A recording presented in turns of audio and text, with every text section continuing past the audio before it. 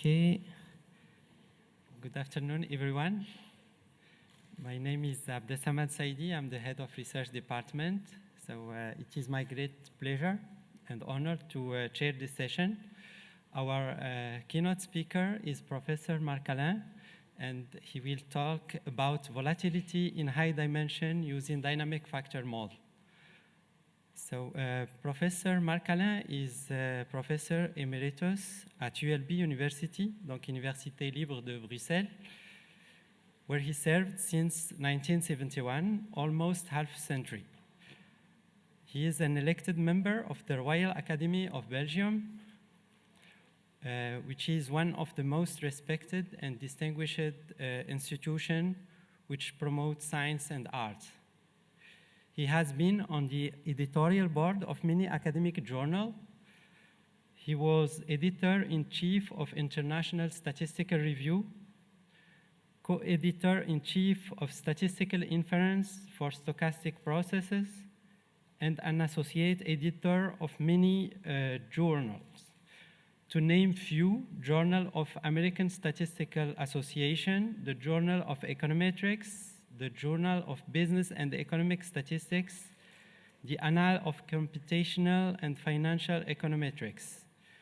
He is also a fellow of the Institute of Mathematical Statistics of the American Statistical Association and of the Journal of Econometrics.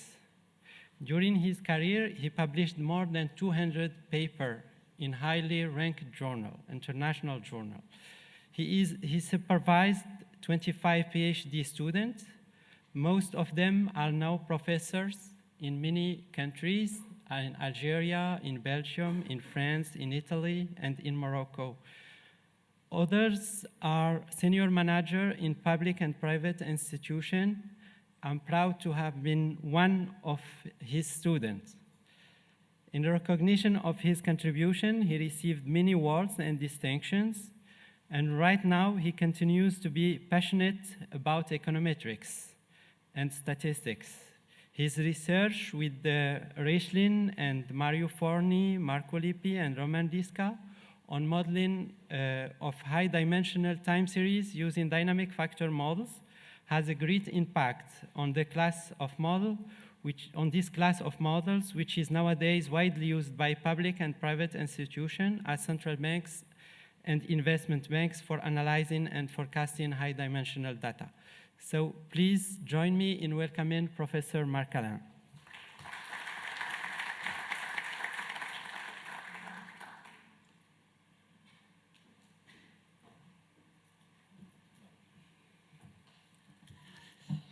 Thank you, Abdesamad, for this overly friendly introduction. And I must say that I'm particularly happy to be here today. It's a very special pleasure for me for basically two reasons. To begin with, of course, there's the obvious scholarly reason that this is the most interesting conference. But as the president mentioned yesterday, econometrics are kind of the common roof under which economists and mathematical statisticians are meeting and working hand in hand. And as a mathematical statistician, I almost by accident entered under that common roof some 20 years ago. And this is something I never regretted. And I consider my presence here as a mathematical statistician as a symbol of the win-win symbiosis between economics and mathematical statistics, which I enjoyed so much for the past 20 years. But I also have personal reasons for being happy to be in Rabat, because some 25 years ago, I was in charge of a cooperation program between INSEA, which is the statistics school here in Morocco, and the University of Brussels. And as such, I had close contacts with people here in Rabat, and I was a regular visitor, sometimes twice a year, to this beautiful city. And then I stopped coming for some 20 years, and I'm quite impressed to see the many changes that occurred within those 20 years in this city, which has greatly improved, but is still as beautiful as ever. And definitely the landscape at the over the Oued Regreg from the Kasbah of the Oudayas is one of the most beautiful urban landscapes I can think of. So thank you for inviting me here. Now, let's come to serious things. And yes, this talk is about high-dimensional time series. And high-dimensional time series are the time series version of the big data problem in contemporary statistics. And of course, analyzing in order to predict, or just in order to analyze more in more details, time series in high dimension is quite a challenge, because everything that we have been learning about multivariate time series, well, pretty much fails once the dimension is too high. And certainly analyzing the series themselves, predicting a series, is difficult, but the challenge is even more difficult and more challenging when volatilities come into the picture.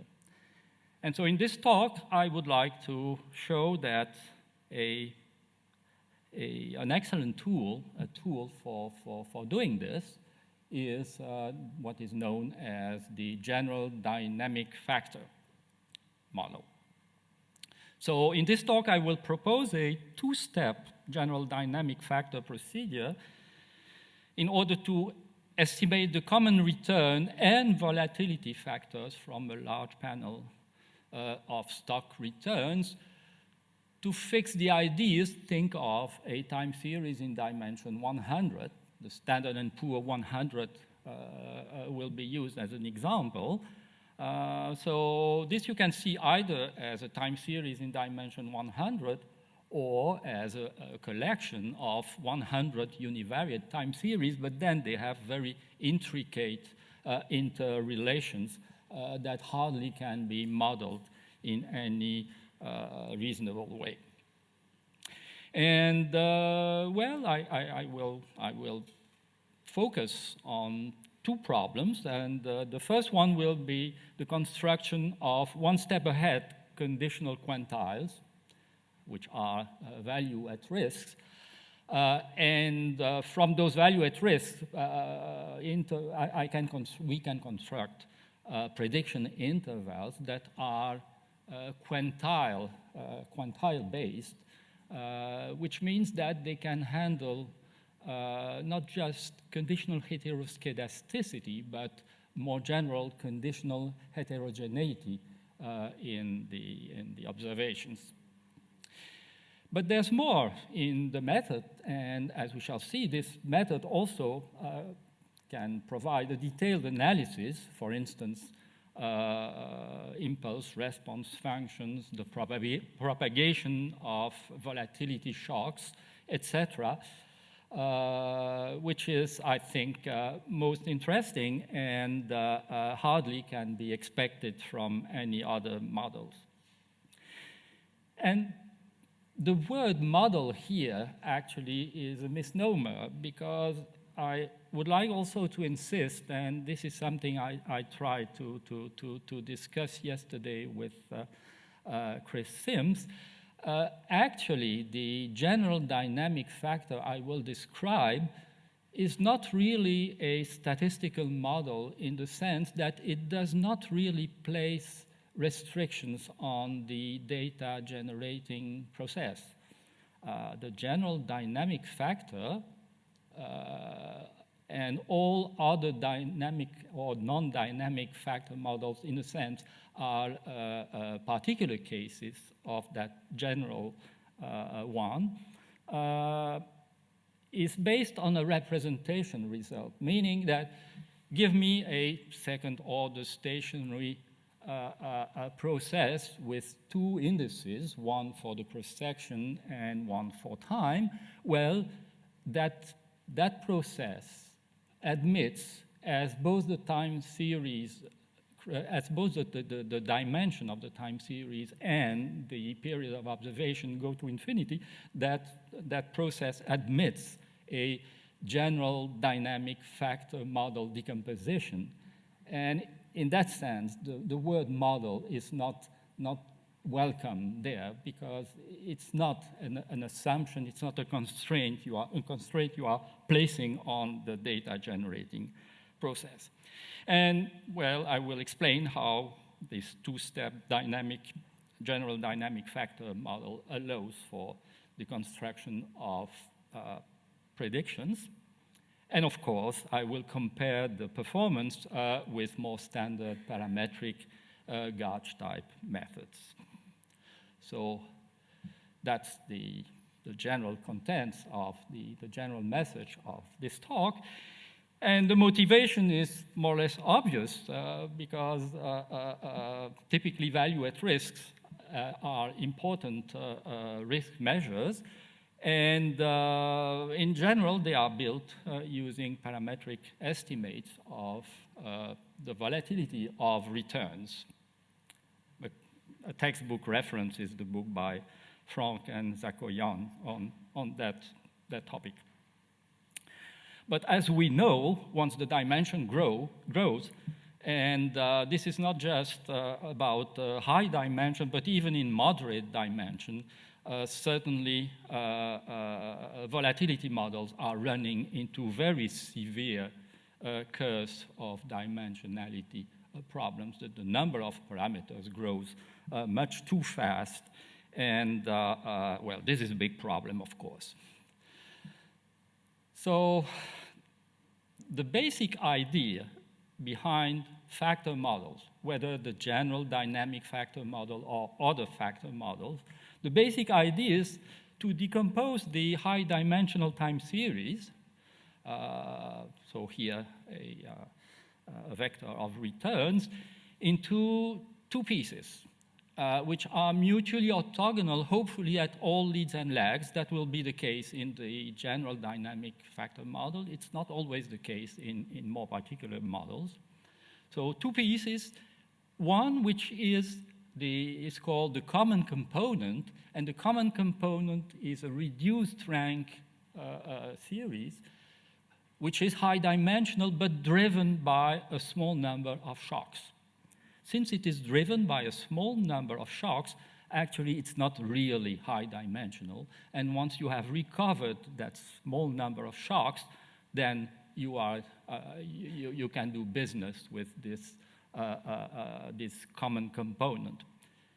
And the other piece, which is called the idiosyncratic component, that one can be autocorrelated, but should not have too much cross-correlation, which means that if you are analyzing that idiosyncratic component-wise, so with many univariate time series methods, well, you don't lose that much because the cross-correlation is not important and certainly negligible compared to the cross-correlation, which is generated by the common shocks driving, or the market shocks, that's another terminology, driving the common component.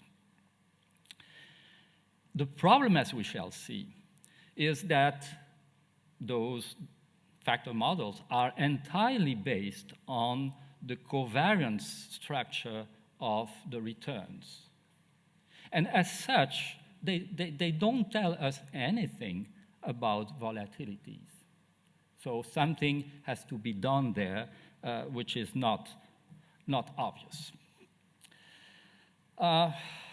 Therefore, well, combining these two approaches, I mean the idea of modeling using gauge, arch, volatility models, modeling something which is low dimensional. I mean, for instance, the common shocks in the common component, with the factor model decomposition, that sounds like a good idea, and indeed it is, but, well, it is, and this is the general idea which is adopted in a variety of factor gauge methods. So in those methods, one go for the decomposition, one recovers the common shocks, and then on those recovered common shocks, one can run, because they are low dimensional,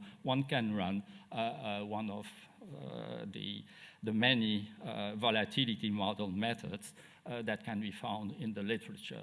So the idea is dynamic factor model, step one, recover the common shocks from the common components, and perform a parametric gauge type analysis on those common shocks. So many authors have been going along that way. And the idea at first sight looks simple and natural. Now, it is based on a postulate. And this postulate is that the common volatility shocks, so the market volatility shocks, coincide with the shocks to the volatility of the common components of returns. Okay? And, well, I could come up with a long list of authors doing this, but one can wonder whether this is a reasonable idea. Indeed, let us look here at a particular case. So this is the volatility of the common component of returns from the returns of Goldman Sachs. So Goldman Sachs. So I do not enter into details on how this has been obtained. Look at this, and now look at this one. This is the same story, but this is the volatility of the idiosyncratic component of returns. And immediately you see that, well, first, they are basically the same magnitude.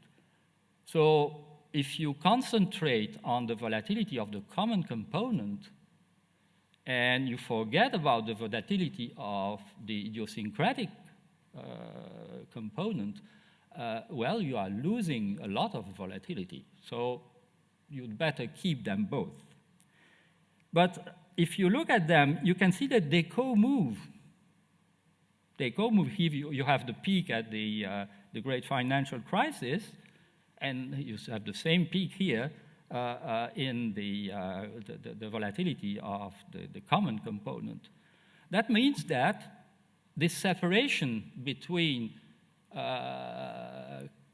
common component volatility and idiosyncratic component volatility is not what you are expecting. I mean, the volatility of the idiosyncratic component of returns is not idiosyncratic. It is tightly related to the volatility of the common. And if you think about it, that's not a big surprise, because the decomposition between level common or return common and return idiosyncratic, being based on the autocovariance structure of the returns only, carries no information whatever on volatilities. So it would be a miracle that it also separates the common and the idiosyncratic variations of volatilities. And this empirical evidence of a factor model structure also in the log volatilities of the idiosyncratic component has been noticed by several authors. Here, this is a script plot of dynamic eigenvalues for the returns. Okay, again, I do not enter into details here, but this is a tree plot of the eigenvalues of the spectral density matrix, which takes into account the long-run covariance structure of the returns. And the profile of this tree plot is very, very characteristically the profile of a factor model theory. I mean, there is a factor model behind this such a scree plot with one very large eigenvalue here, and then a number of much smaller ones, and there's a big gap here, and this big gap is an indication that maybe a one-factor model here would be a good fit. Now, if you go to the log volatilities from the same Standard & Poor 100, and if you draw another scree plot for those log volatilities, here is what you obtain. And this is another very characteristic profile for a dynamic factor structure. Again, you have two very big eigenvalues that are sticking out, and everything else is quite flat. And this is an indication probably of a two-factor dynamic factor model, or two common shock dynamic factor model. So this has been discussed, for instance, in this paper that was published in 2016. So this strongly suggests that, well, after decomposing the returns into a common and a idiosyncratic component, maybe something similar could be done for volatilities, whatever that means, volatility proxies, for instance. And this is the approach I will be presenting here today. Some references. So here are some references on the factor gauge ID, among many others. There are many others. This paper on the common factor, which is empirically present in idiosyncratic volatility, which encourages a two-step approach. And here are some references to this two-step factor method, which is a joint work with my friend Matteo Barigozzi from the LSE. So for technical details, please refer to the papers or the working papers. So now let me describe this two-step general dynamic factor model approach. So the starting point, as usual, is a n by t panel of stock returns, which we also call levels, which we denote by y's. So it's YIT, where the cross-sectional index ranges from 1 to n. So n is the dimension of that time series. And then there's time. T is the index for time, as usual, and the observation period is capital T. And this observation is supposed to be a finite realization of a stochastic process which is indexed by I ranging over n and t over z, as usual. Now, as we all know, if you want to capture all the intricate interdependencies in this high-dimensional process, well, the parametric methods are quite helpless, and the reason is that even a simple VAR1 requires about 10,000 parameters just for the linear dependencies in the returns. And if you think about the simplest volatility model for the same data set, you need at least another 10,000 parameters for the volatilities. And clearly, this is too much for most statistical procedures. So as I mentioned, the factor model method, all of them, they proceed for a dimension reduction of those returns by decomposing them into the sum of two unobserved components, the common component and the idiosyncratic component, x and z here. And the definitions of x and z, so the definition of what should be common and what should be idiosyncratic, well, that depends on the type of factor model you have in mind. But there's a general, a common fact behind all those models, that the common component is driven by a small number q of factors or a small number q of shocks. So it is a reduced rank process, and therefore it has a reduced rank spectral density matrix. Whereas the idiosyncratic component is only weakly cross-correlated. I insist on cross-correlated. So it's not about auto-correlation, it's about cross-correlation. And again, weakly, what should be understood by weakly depends on the type of factor model you are adopting.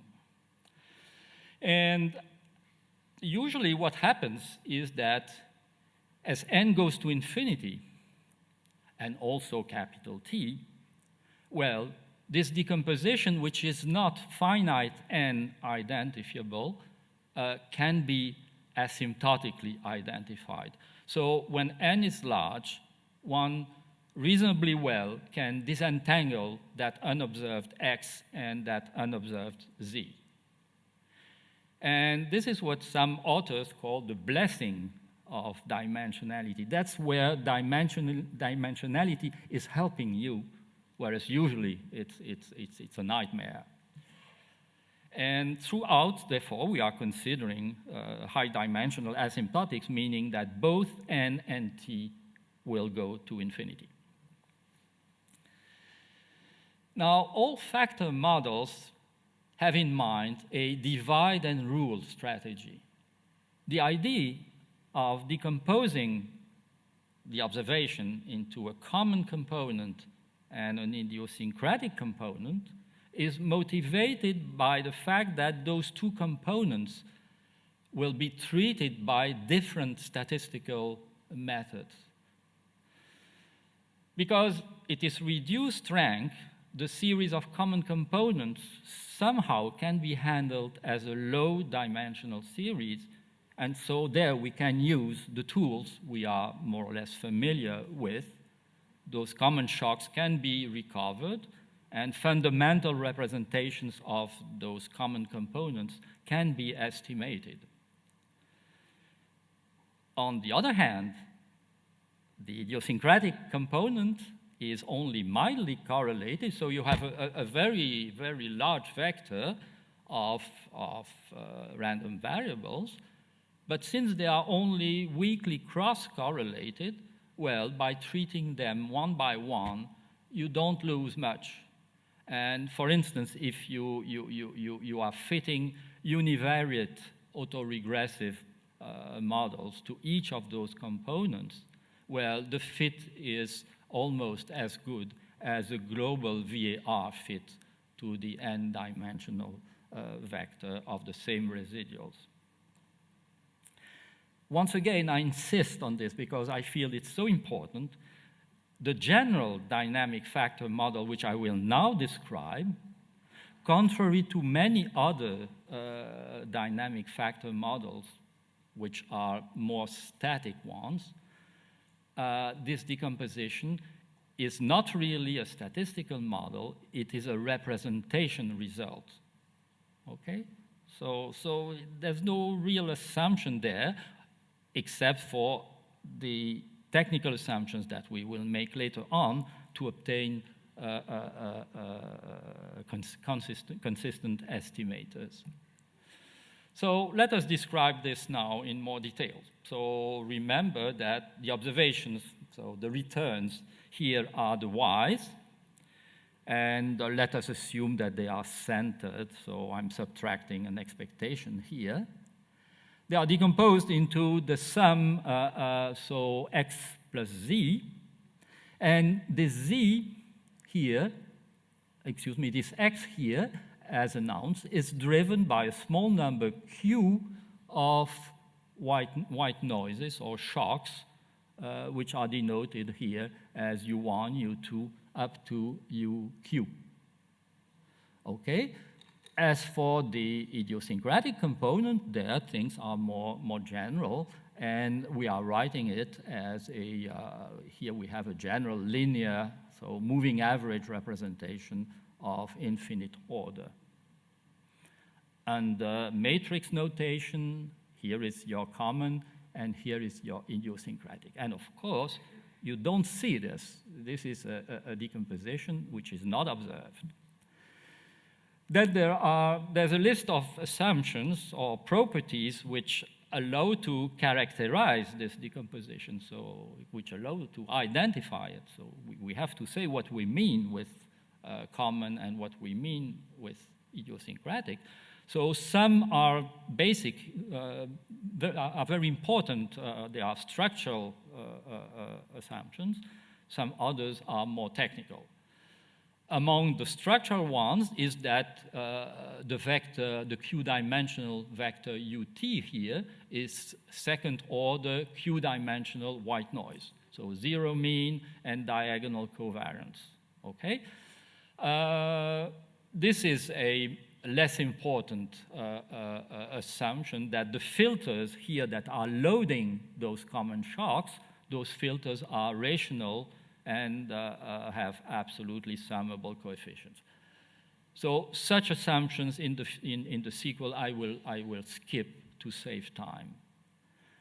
Now, if you look at the spectral eigenvalues of this common component, since the common component is driven by Q white noises, the rank of the spectral density matrix of this common component, the rank is Q, but the dimension is N, so it's a singular spectral density. And so it only has Q spectral eigenvalues. And it is called common, and we call it common because we characterize this common component by saying that the U's are loaded again and again and again in the cross-section. That's the justification for calling those U's common shocks. And as a result, the Q spectral eigenvalues of this common component are diverging linearly. So they are exploding as n goes to infinity. Quite on the contrary, now turning to the idiosyncratic component, this guy here. Well, this one is driven by a n-dimensional white noise. So this is a second order n-dimensional, second order stationary n-dimensional white noise. It has zero mean. Positive definite covariance, and but here we don't want those shocks, those V's, to be loaded again and again and again. Quite on the contrary, in order to have only mild cross correlations, a shock VT should only affect a small number of cross-sectional items. And as a result, this is characterized by the fact that here the spectral eigenvalues remain bounded as n goes to infinity. So the big difference here is this divergence of spectral eigenvalues against bounded eigenvalues. And now if you turn to the spectrum of the observations, since the observations are the only thing we have access to, well, the result is that if you look at the spectral density of Y, well, the Q largest spectral eigenvalues also diverge linearly due to the common shocks. But the Q+1th dynamic eigenvalue is bounded as n goes to infinity. And that is the way we will be able to disentangle the common and the idiosyncratic component.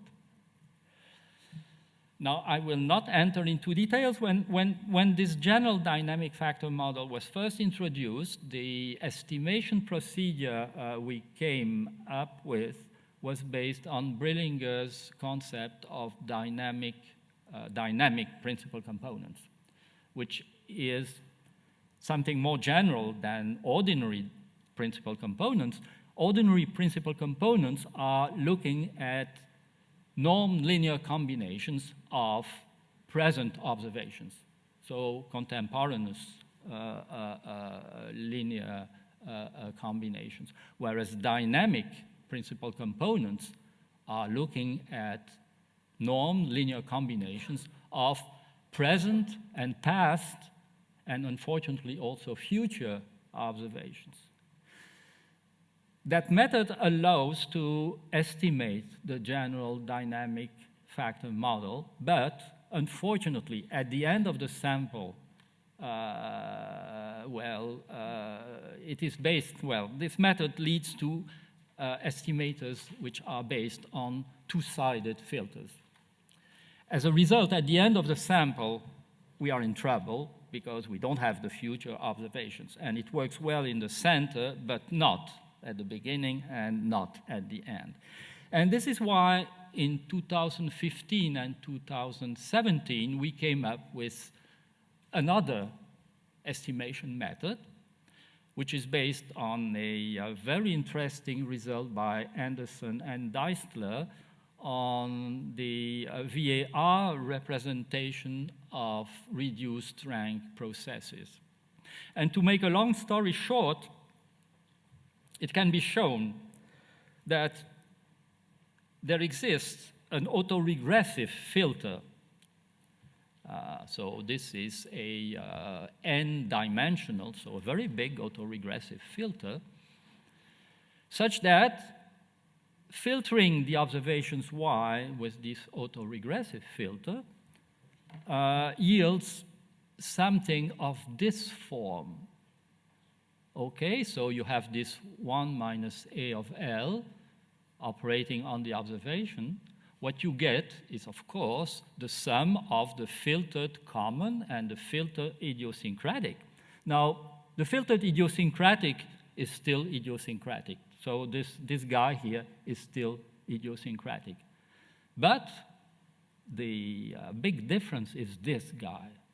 Because now the common shocks are not loaded through filters anymore. They are loaded through a matrix. And this is no longer a general dynamic factor model. It's what we can call a static factor model.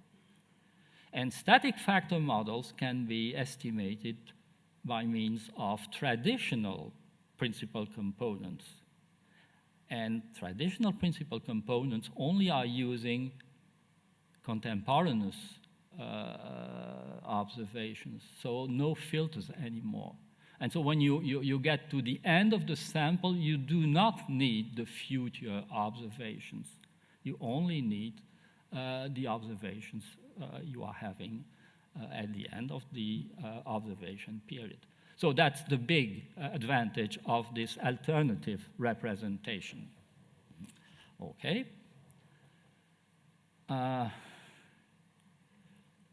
So let us turn now to volatilities. In order to compute volatility proxies, at least, well, in the traditional univariate case, what do we need? We need residuals, and then from those residuals, you take, for instance, squared values or the log of the squares, etc. And on those transformed residuals, then you perform some gauge-arch analysis. Well, we are in in business for this, because now, if you go back to this filtered version of the returns, well, the components of this vector here, E, so this is an n-dimensional time series, which is a linear transformation of those shocks ut. So this H here is a n by q matrix. Well, it can be shown that they are the innovations of the common component of returns, reduced rank innovations. Whereas the components of the V's are the innovations of the idiosyncratic component of returns. And since the idiosyncratic and common components are mutually orthogonal at all leads and lags, well, the sum of the E's and the V's are the innovations of the Y's. Okay? These are the residuals we need, at least if we want to do forecasts, if we want to predict volatilities. So as a proxy for log volatilities, we will define this H here, and this is the transformation which is suggested, for instance, by Engel and Marcucci. So we take the SIs, we square them, and take the logarithm. Okay? So some caution should be taken that those S cannot be 0, or then you have an infinite value for your logarithm. Now, those HITs, they constitute a panel of volatility proxies. And therefore, they also admit a general dynamic factor model representation. So here it is. So now we are using notation chi for the common, psi for the idiosyncratic. And capital Q will be the number of common shocks or market volatility shocks. And then here is the idiosyncratic. So same story and same type of assumptions. So I'm skipping the assumptions. They are really the same type as we had on the returns. And that's it. Again, so that the largest spectral eigenvalue of the idiosyncratic is bounded uniformly in N, and the Q largest spectral eigenvalue of H, well, diverges linearly whereas the next one is bounded. And we also have this alternative representation as a static factor model now for the filtered volatility proxies.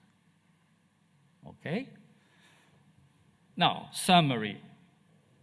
We have two general dynamic factor model decompositions, one for the returns, here it is, and so this again is the common, this is the idiosyncratic, but now I have separated the innovation and the one step ahead linear predictor, same for the idiosyncratic here, and the sum of those two linear predictors is the one step ahead linear predictor of the returns, and then I have the innovation SI here.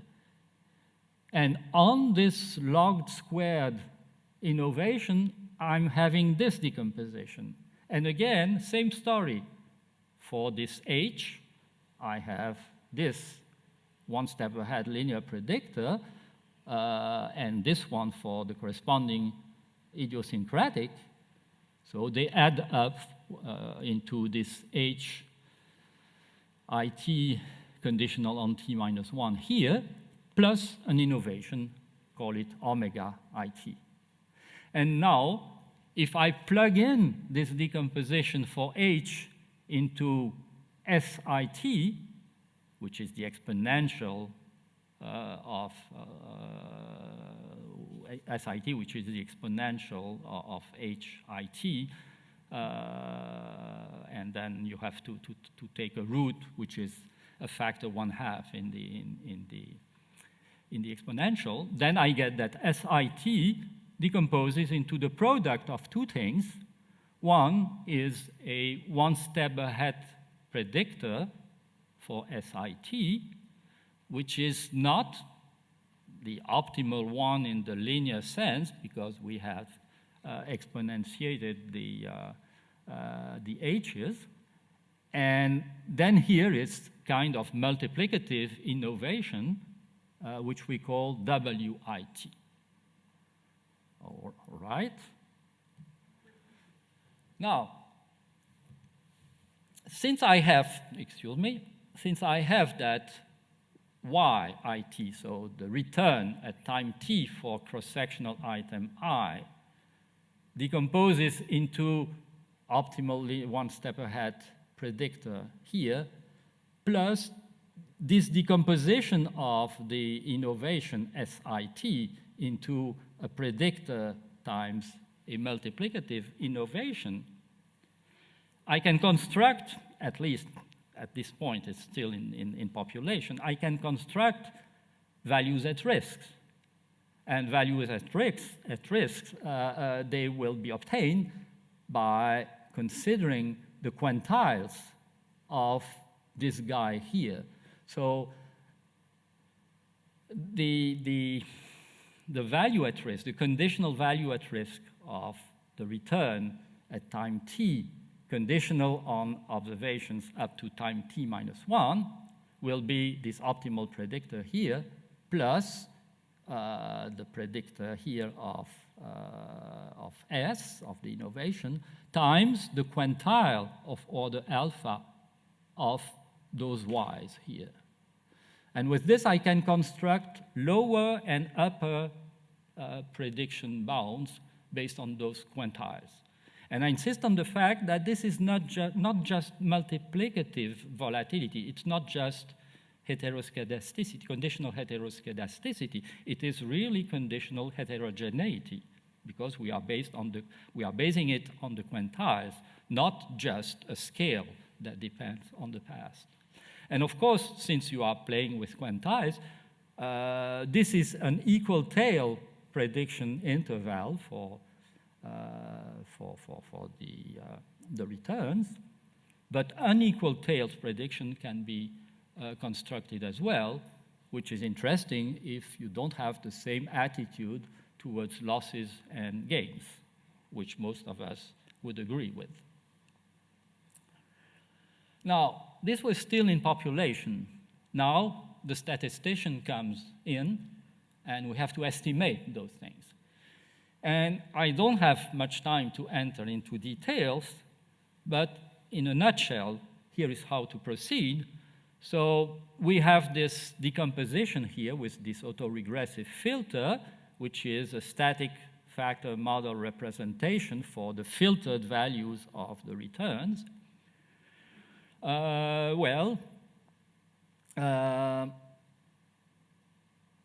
The spectral density matrix of the common component can be obtained by a dynamic principal component analysis from the spectral density of the y's. Basically, what we are doing, we are extracting the Q-first dynamic eigenvalues, the corresponding eigenvectors, and then usual spectral factorization allows you to reconstruct the space which is spanned by those Q-first dynamic principal components, and projecting onto that space, you can recover the common component. Once you have the common component, at least what you have is the spectral density of that common component through the spectral factorization theory. And from that spectral density matrix, you can reconstruct the autocovariance structure of the common. Once you have that, a simple Yule-Walker equation can lead you to the autoregressive filters. One thing I should have mentioned is that this autoregressive filter is of a very special nature. It is block diagonal with diagonal blocks of dimension q plus 1 by q plus 1. So you really can estimate a number of q plus 1 dimensional VARs, and q is small, so these are low dimensional VARs. And you can estimate them through your Walker. Okay? Once you do this, well, you have your filter A hat. So filter the observations using this estimated filter, and then you get an estimator or reconstruction of the E's, so the innovations, and the Z's, the idiosyncratic. The idiosyncratic can be handled by univariate autoregressive fitting. So that will provide you with an estimator or reconstruction of the innovations of the idiosyncratic here. Once you have this, well, you can compute the reconstruction of the volatility proxies H just by taking the logarithm of E plus V hat squared. Then proceed again, same way, you fit a general dynamic factor model on those H's, and the number of common shocks can be obtained via some information criteria on spectral eigenvalues.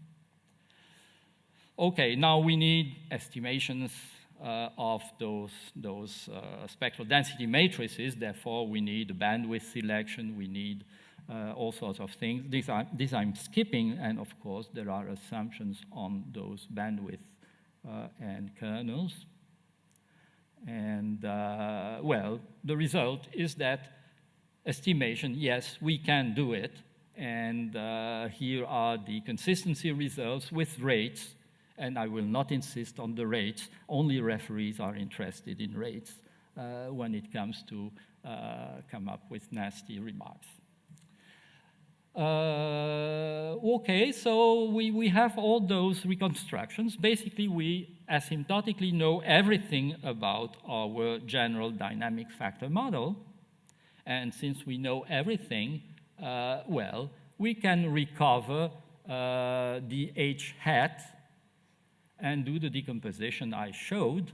So you have that S hat here will be the exponential of H hat, or the linear predictor, one step ahead linear predictor of HI. Here it's HI capital T, because prediction will be for time t plus 1. And we also recover the full history of the reconstructed innovations, WIT hat. And so the very simple ID consists in replacing the unknown quantiles of those W's by the empirical quantiles of the W hat. And of course, one should show that this is consistent, but it is consistent, it can be shown that it is consistent as soon as the HITs are ergodic, which is definitely quite mild an assumption. Now, let us apply this to the Standard and Poor 100, and because of historical features, we only keep 90 of them. So we are in dimension 90, which is pretty high dimension. So we have 90 daily returns of stocks from the year 2000 through 2013. This means 3,456 observations. And we are performing a pseudo out-of-sample forecasting exercise. So we are estimating the model, and then we are using this model over an evaluation period, which goes from 2006 through 2013. The number of factors that are identified is 3 for the returns and 2 for the volatilities. Okay, we have bandwidth, etc. I skip details. And we are estimating the quantiles by using the empirical quantiles, but not necessarily all of them. Typically, we use a period of past observations and experience, or the empirical exercise shows that there's no need to go all the way to the first observations to compute this quantile, because probably there's some evolution in the structure of the data, and you'd better restrict to the last ones. So we tried with the L last observations, with L ranging in this set here, 126, 252, etc. Here is what we obtained. So now we are computing those prediction intervals for individual stocks. Here are stocks from Amazon, Walgreens, ExxonMobil, etc. And so the gray is the observed series, and the red are the upper and lower prediction bounds. And as you can see, the coverage is pretty good from eye inspection. So same story here with some banking, some stocks from the banking sector. These are just prediction intervals. They are not oracle estimators, and sometimes the observation is not covered by the prediction interval. But that happens only in a satisfactorily rare number of cases. So here is Boeing, General Electric, Apple, Microsoft. And then there are tables where we compute the average estimated coverage, and it is pretty close to the nominal confidence level. And of course, one would like to compare this with the performance of more traditional methods that do not exploit the high-dimensional nature of the data. So if you are fitting a univariate gauge 1-1 to each of those stocks, you also can obtain prediction intervals. And as you can see, that those prediction intervals are not that bad at all. So the question is, do we do better? And well, this can be tested. So you can test the null hypothesis that the coverage with general dynamic factor model and the coverage with univariate gauge. So the null hypothesis is that they have the same performance, and you can reject this in favor of GDFM or in favor of gauge. And well, this is not a binomial test, as you could think, because, of course, those two prediction performances are not independent. So it's a kind of it's a kind of bivariate binomial test, and in such cases, the rule is that you should only consider the discordances between the two methods. There's no information when they are concordant. It just means that maybe prediction there was so easy that they all do well. So the traditional test for this problem is called the Magnum test. And so it's an old test, 1947. And well, this test very often rejects equal performances in favor of the GDFM coverage, and seldom does in favor of the gauge. So significantly, there is an improvement over univariate gauge. Okay. So there's also backtesting procedures that we have performed, but I have no time to to enter into that. And the conclusion from this first application of the two-step factor model approach is that using this two-step approach, we are able to construct non-parametric and model-free quantile-related one-step ahead prediction intervals for returns that do incorporate the dynamic information about volatilities which is contained in that high-dimensional time series of observation, while escaping the curse of dimensionality. But there's more in the two-step approach than just prediction. And now let me turn to other byproducts of this method. And actually, this method provides very detailed information on the propagation of market volatility shocks and their relative importance across stocks, across time, and also across common components and versus idiosyncratic components. If we are interested in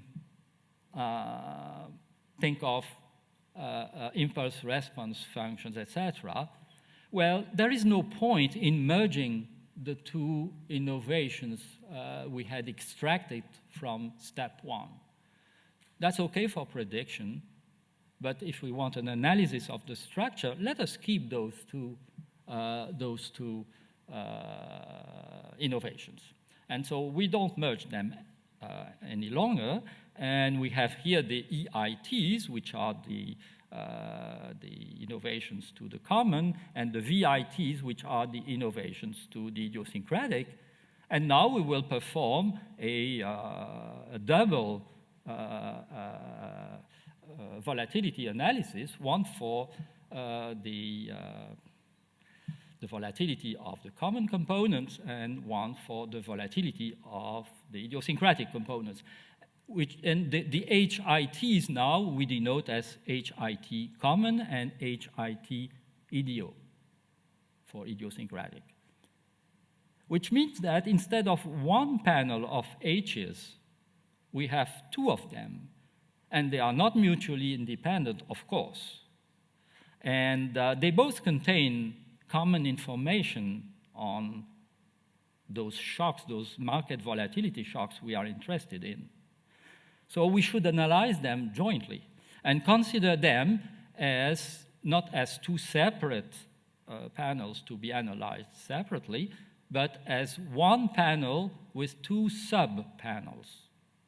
Okay?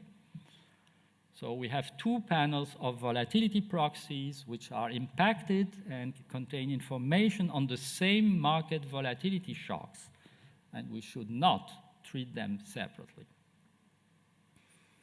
So it's a 2n by t joint panel. And that type of panel has been studied in a paper joint with a student of mine, Roman Liška Abdesamat. You may remember him. It's a Czech student of mine. And in order to make things more pedagogical, let me introduce those methods by considering an example of a panel composed of two blocks or two sub-panels, one for French economic series and another one for German economic series. So we have one panel of 96 French observations, X capital F, and a panel of 114 German observations, X G. And the joint panel thus has 210 series. Now, here is a picture of the sub-panel spectral eigenvalues. So these are the eigenvalues of the spectral density matrices, those that are supposed to have exploding and bounded eigenvalues. And here, in order to produce a picture, they have been integrated over the frequencies. And what do we see?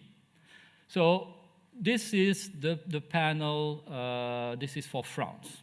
So, and clearly, the idea is that one is identifying two common shocks in the French subpanel. Those here are all criteria consider that they are bounded. So the gap is here. Similarly, in Germany, apparently there are two exploding eigenvalues, so two common shocks in the German economy. But now, if you look at the joint panel,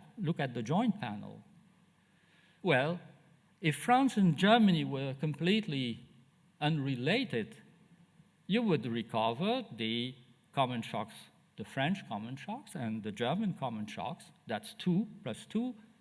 So the joint panel would have 4 common shocks. Well, that's not the case. Apparently, it has only 3 common shocks, which means that some shocks are common between France and Germany. But if they all were common, there only would be 2, but there are 3. So it also means that somewhere there's a shock which is not common, okay? And actually, in analyzing this, one can decompose.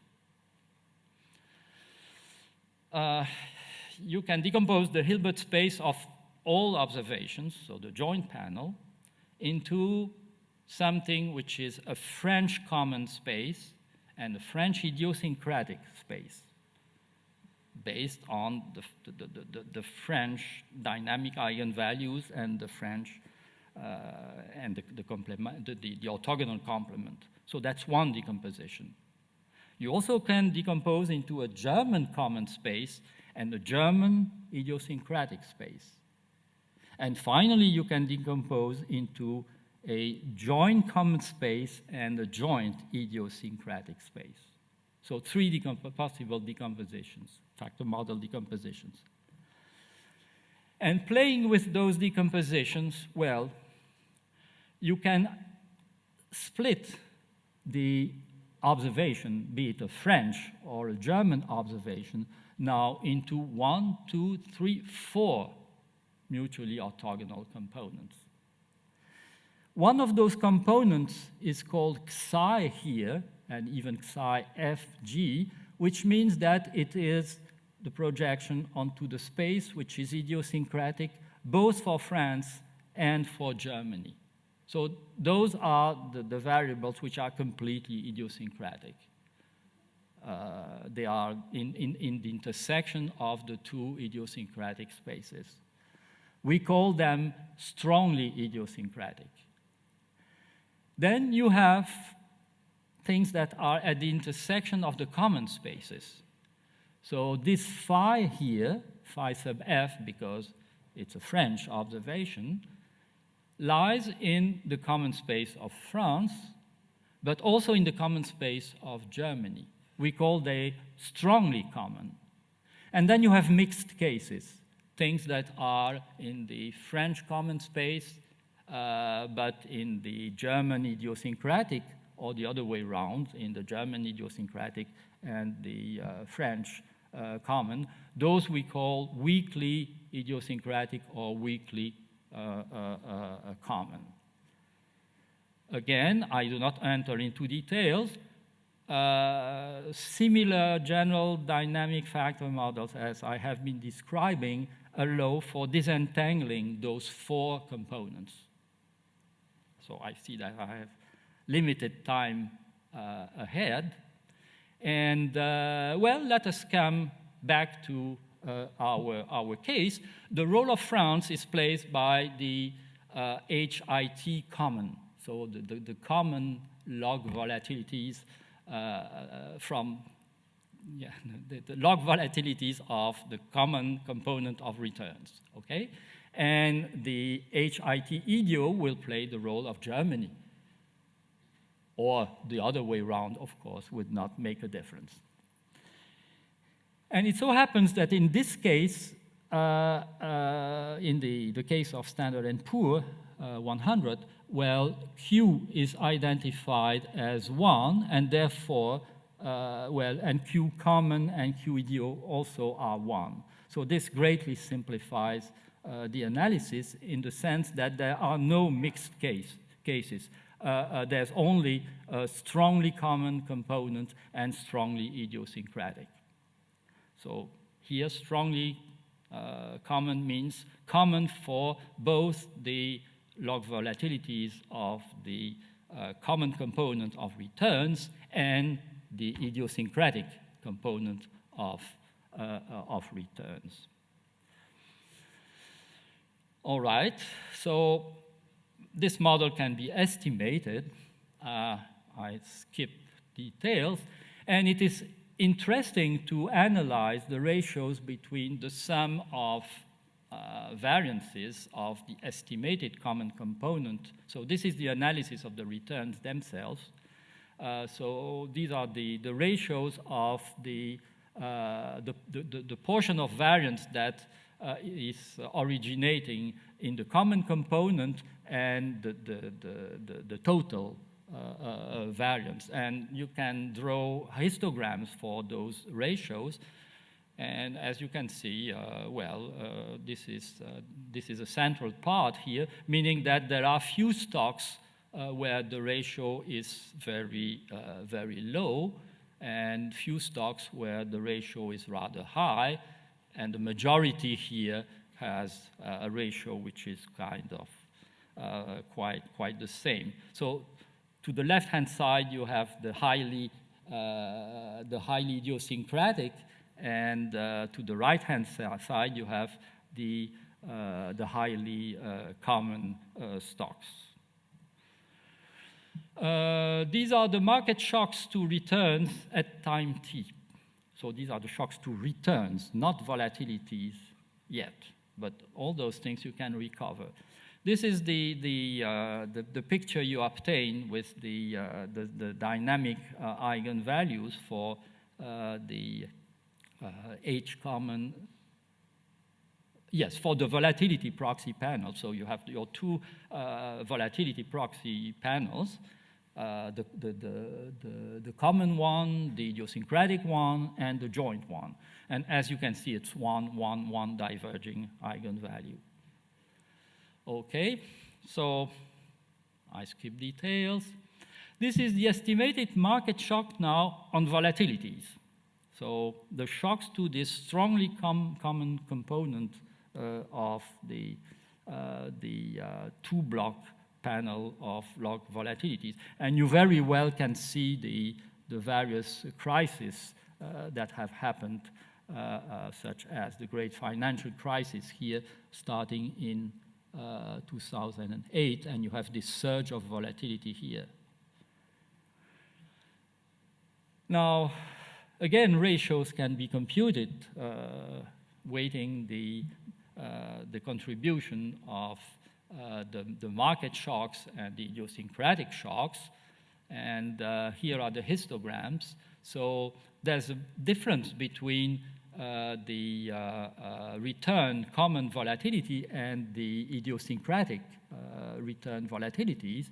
This one is much more spiked, this histogram, meaning that you have some stocks here where the ratio of common to total volatility is very low, and for this it's very high. So these are very common, very much exposed to market volatility shocks. Those are much less. And here is for the same analysis for the idiosyncratic volatility, and this is less spiked. Now, this is a time series of the estimated proportions of the ratio of the market, the volatility, the market contribution to the volatility of the common components, that's in black, and the same story for the idiosyncratic volatility. Okay, so you see that the behavior is not the same in the common and in the idiosyncratic components. The market volatility shocks are not hitting in the same way. Now we come to impulse response functions. So these are impulse response function to market volatility shocks. So these are the coefficients of those impulse response functions. So as you can see, when the shock is occurring, well, you have an immediate very high impact, then it goes down very fastly, and then, well, there's not much memory here. So the red line is a median for all those coefficients of the impulse response functions. And this is for the level common volatility component, and this is the same story for the idiosyncratic volatility. And you see that the behaviors are not the same. Here, there's kind of a longer memory, but the total impact is much less. And here are the impulse response functions for a selection of stocks from the finance sector and the technology sector. And again, you see a very different type of behavior. So the impulse response of finance, the impulse response function and for finance and the impulse response functions for technology are quite different. So here it's quite spiked in the beginning, and then it goes down relatively slowly. And well, here sometimes the impact is even negative. I do not remember. This is the blue one. I think it's IBM. No, it's not IBM, it's dark blue, it's Apple. So Apple, whereas everybody has a positive coefficient at the instantaneous impulse response function, for Apple it is negative, which is a little bit strange. And so this is quite characteristic of that. So I think I will stop here. This is again a picture for market volatilities in the financial sector. To the left-hand side, common volatility, level common, and level idiosyncratic to the right-hand side. Same for the technology sector. And you can see that the profiles are not so much the same, certainly in the idiosyncratic parts. So you can see the big difference here to the right-hand side. So conclusions, well, I hope I convinced you that dynamic factor model methods can be applied to the analysis of volatilities in high-dimensional time series without the typical curse of dimensionality that force you at best to consider very, very rough or very, very oversimplified volatility models when you are facing even a moderate dimension.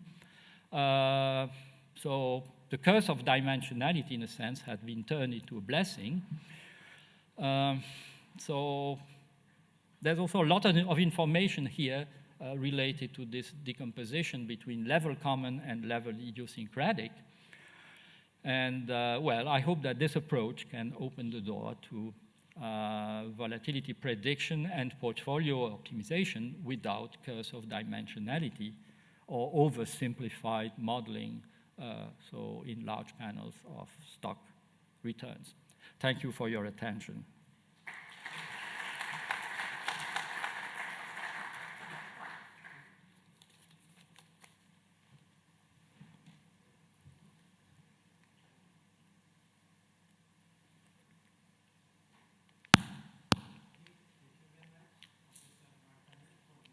Interesting presentation. We have some time to take questions from the audience. So the floor is open for discussion and for questions.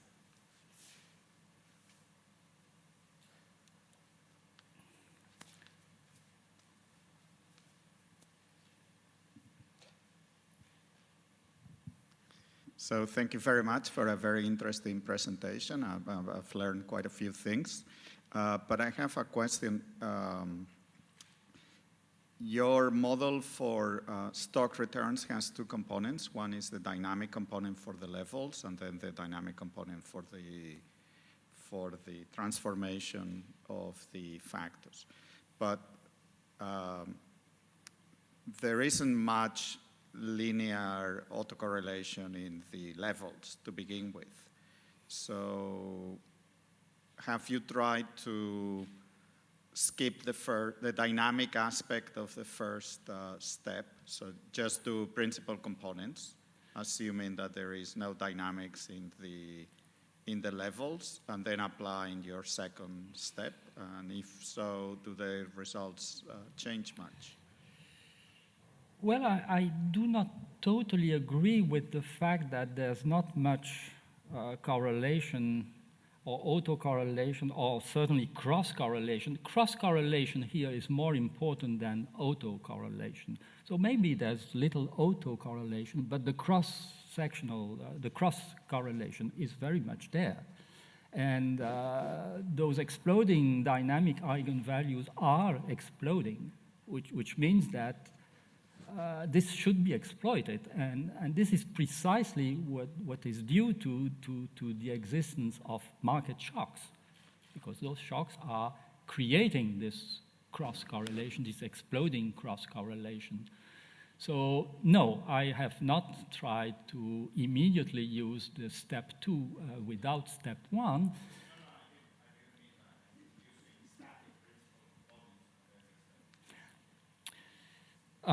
Well, one could use static principal components, and indeed, we have not compared the empirical performances of the one compared with the other. However, I would like to insist on the fact that while from a theoretical point of view, traditional PCA seems much simpler than dynamic principal components, and people often shy away from using spectral methods. But spectral methods here are just used to decompose, to obtain this autoregressive filter that is turning the dynamic factor model into a static one. So at the end of the day, yes, we have this additional step. But once that step has been performed, and it's not a big issue, we are doing traditional PCA as well. Lippi and Forni have done extensive simulation and empirical comparisons between static and dynamic. And if I remember correctly, on macroeconomic data, they got the results in simulation. So in macroeconomic data, they got the result that the performances were always better with the dynamic version than the static one, except for one series. And I cannot remember which one, which tells you that I'm not an economist. And in simulation, they came to the conclusion, and the simulation showed that even when the data are simulated from a static model, the dynamic approach is doing better. Not by a very, very large amount. But this means that there's no reason for restricting to the static, because the static is imposing something on the data that might not be satisfied, and in many cases it seems it is not. So why go for a simpler model when the more refined one, the implementation is not much more difficult. The programs, the codes are available, by the way. So you are right. but I wouldn't go that way anyway.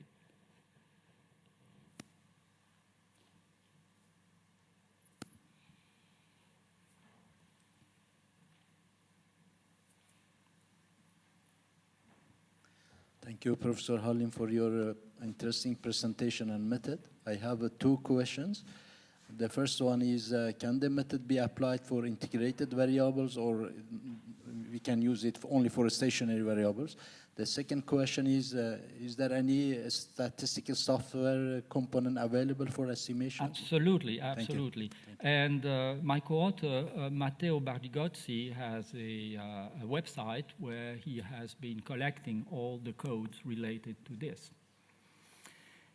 And yes, the case of integrated series has been considered. I have not been part of that research. I still have problems with unit roots and co-integration. And, but again, Marco Lippi has a paper, the usual tandem, the usual pair, Lippi-Forni, they have a paper on this, which I must confess I do not know well. But they have been thinking about that. And I'm pretty sure the codes are available because this is our policy. We make all our codes available.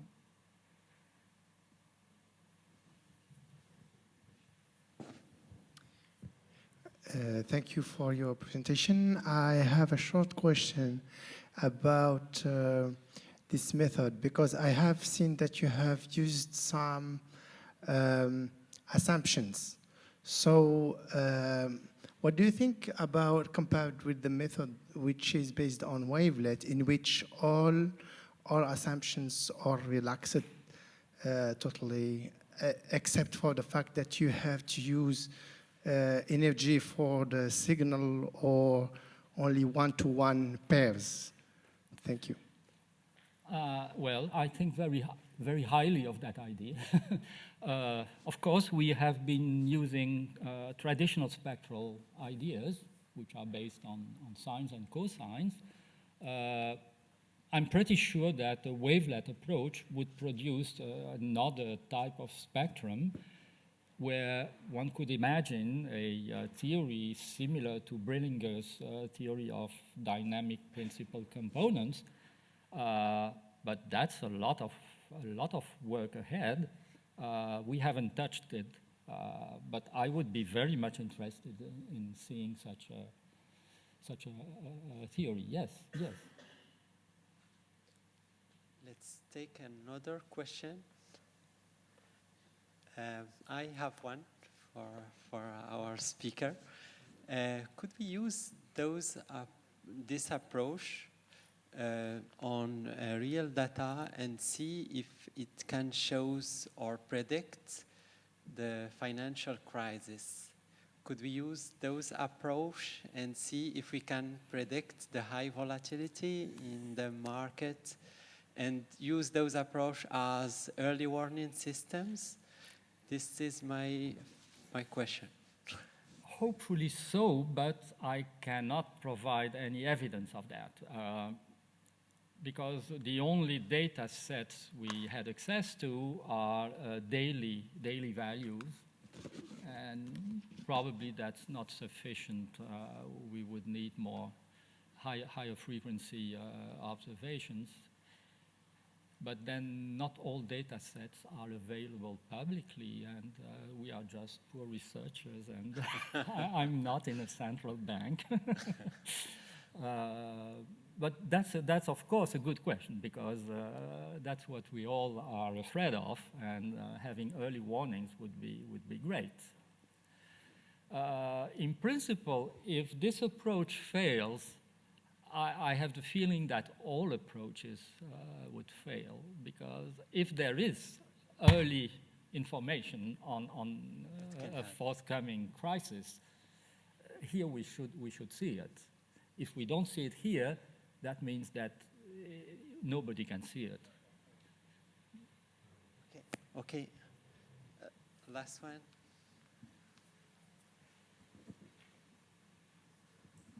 Thank you for this presentation. I have just a small question. if we can use this model, this kind of model to, let's see, to economic indicators, maybe macroeconomic indicators, and if there is some specific procedure to this kind of model to set the optimal number of lags, like we did in VR model, for example. Well, in principle, we do not set any number of lags, except when we are estimating those autoregressive filters. And this we are doing on Q+1 dimensional blocks or subseries or subvectors. In principle, we are using AIC or BIC, the traditional ways.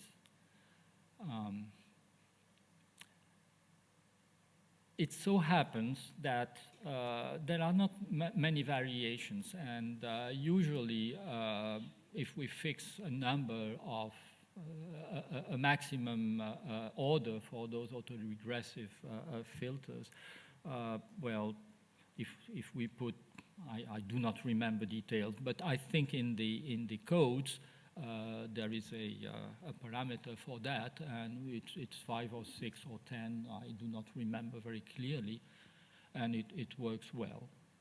But in theory, it is completely data-driven, and we should use AIC or BIC, for instance.